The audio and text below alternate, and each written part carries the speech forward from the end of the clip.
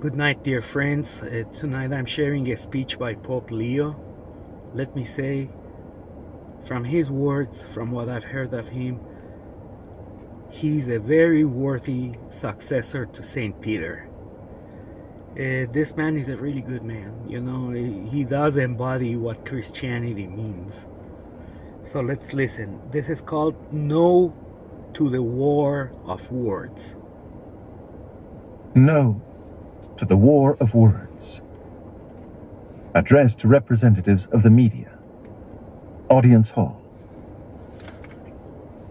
Monday, May 12th, 2025. I welcome you, representatives of the media from around the world.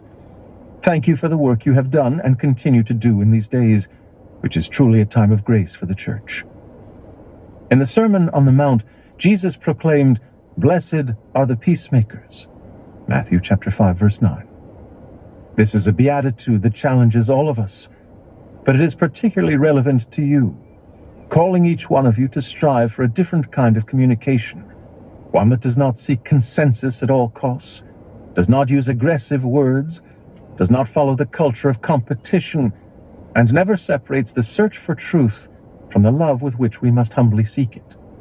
Peace begins with each one of us, in the way we look at others, listen to others, and speak about others.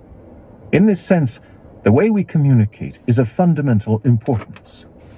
We must say no to the war of words and images. We must reject the paradigm of war. Let me therefore reiterate today the Church's solidarity with journalists who are imprisoned for seeking to report the truth. And with these words, I also ask for the release of these imprisoned journalists.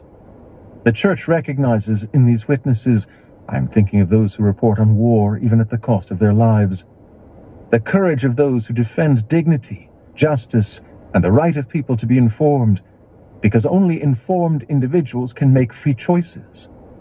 The suffering of these imprisoned journalists challenges the conscience of nations and the international community, calling on all of us to safeguard the precious gift of free speech and of the press. Thank you, dear friends, for your service to the truth. You have been in Rome these past few weeks to report on the Church, its diversity, and at the same time, its unity. You were present during the liturgies of Holy Week, and then reported on the sorrow felt over the death of Pope Francis, which nevertheless took place in the light of Easter. That same Easter faith drew us into the spirit of the conclave, during which you worked long and tiring days.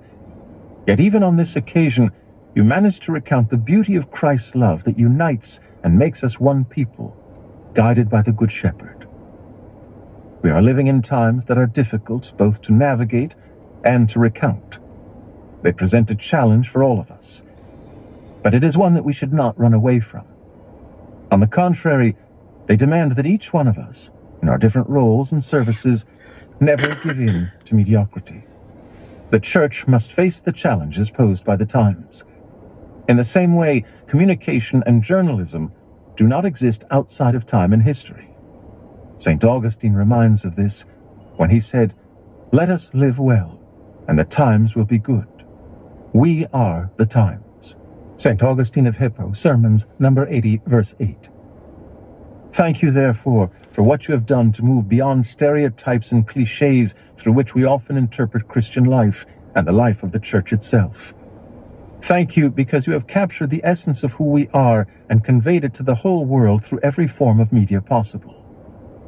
Today, one of the most important challenges is to promote communication that can bring us out of the Tower of Babel in which we sometimes find ourselves, out of the confusion of loveless languages that are often ideological or partisan.